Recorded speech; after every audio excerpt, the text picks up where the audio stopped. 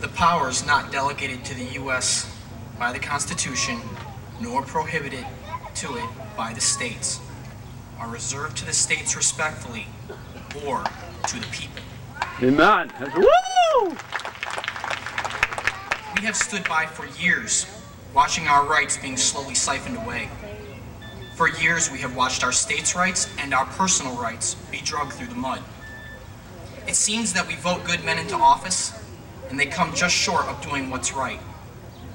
Our public officials have more loyalty to their party than their constituents. The defense of the people and the laws of liberty have been brushed aside for personal gain. Our framers knew that the federal government would turn against the people. We must now, as they have asked, exercise our inalienable rights as the people to change and return government to be as it was initially intended. Woo!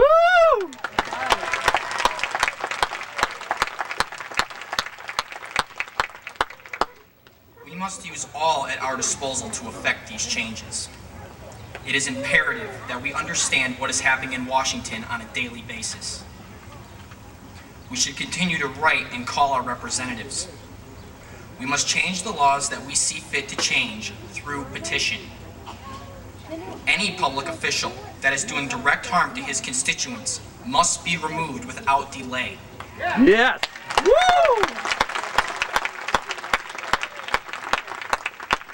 We must have honest, patriotic individuals to fill those offices.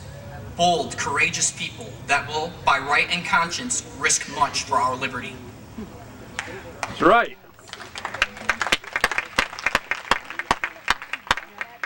These are our recourses. These are the actions that need to be taken. With one voice, as one people, as Americans, we must demand that our voice be heard. That's right. I need not remind you of the horrific legislation under the name of cap and trade that has passed our Congress, that is in direct violation of the 10th Amendment. If we do not stand now, there is not time to stand. There is no new world. There is nowhere left to go. Once America's greatness has faded, there is no place we can seek refuge from the entrapments that have consumed the great societies of past and present. That's right.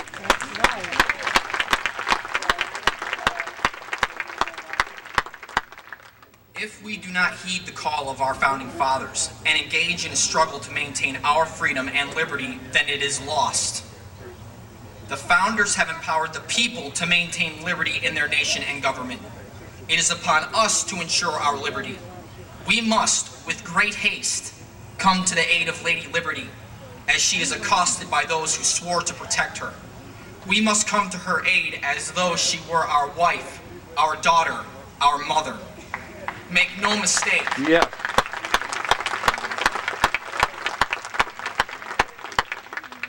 It is for our families we fight for Lady Liberty. The government will not right itself on its own. It will continue to devour and consume the liberty and freedom that we have enjoyed these 233 years. We know this to be true. I plead with you, stand now, stand fast, unwavering at the task at hand.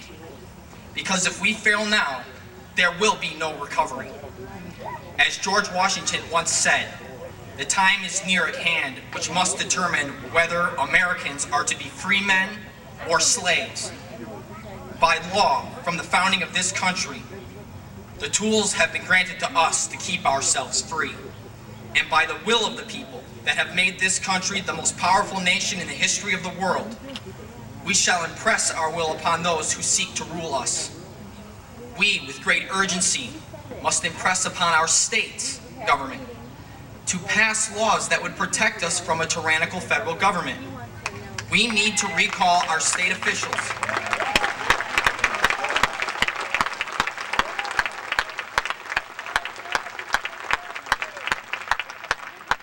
that have failed in their call to protect us from an enlarging federal government.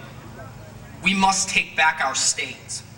We must demand that our state wield the power that it was once given to them by the Constitution to put the federal government back in its place. And through our states, we will have our voice in the nation. We must desire these changes. This is not a time for half-hearted attempts and wishful thinking. We must strive with all of our being to institute such colonial changes. Our founding fathers stated in the Declaration of Independence, for the support of this declaration, we affirm reliance on the protection of divine providence. We mutually pledge to each other our lives, our fortunes, and our sacred honor. The question I now pose to us is this: seeing that we have these tools at our disposal, and seeing that the time is ripe for action, are we willing to sacrifice our lives, our fortune, and our sacred honor to restore so great a nation? Yes. Woo!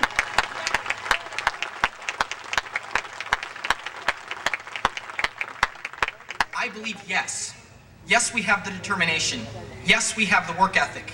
We can and will effect these changes.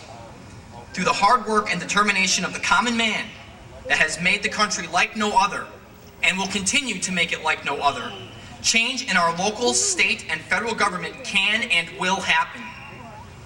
We are a very unique people, living in a very unique time.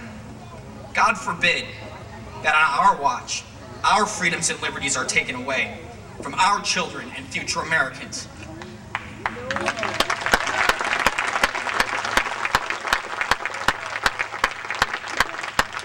So, stand now, embrace, and act upon the principles we so richly believe in.